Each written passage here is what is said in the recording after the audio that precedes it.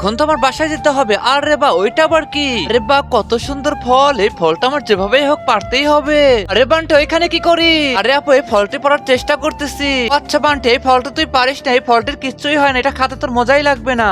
আচ্ছা ঠিক আছে আপু, তাহলে আমি চলে যাই। আরে বান্টি দাঁড়া দাঁড়া, কি হলো আপু, আমাকে ডাকছো কেন? তারা তোর জন্য একটা জিনিস আনি। ঠিক আছে আপু। আরে বা এটা তো দেখতেছি আর একটা ফল, এই ফলটা তো অনেক সুন্দর লাগতেছে।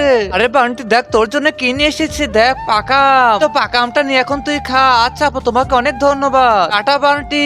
আমাদের গাছে তো অনেক ফলই ধরেছে, তো আমি চলে এসেছি, এখন পানিতে পরিষ্কার করে নিই আমটি। তো আমটি ধোয়া হয়ে গেল। দেখো আম্মু তোমার জন্য কি এনেছি, পাকা আম খাও। না না বাবা আমি খাবো না, তুমি খাও। তুমি কি ফ্রি ফায়ারকে ভালোবাসো নাকি তোমার বাবা মাকে ভালোবাসো? যদি বাবা মাকে ভালোবাসো তাহলে চ্যানেলটাকে লাইক কমেন্ট সাবস্ক্রাইব করো। আর লাইক কমেন্ট সাবস্ক্রাইব না করলে বুঝবো তুমি বাবা মাকে ভালোবাসো না।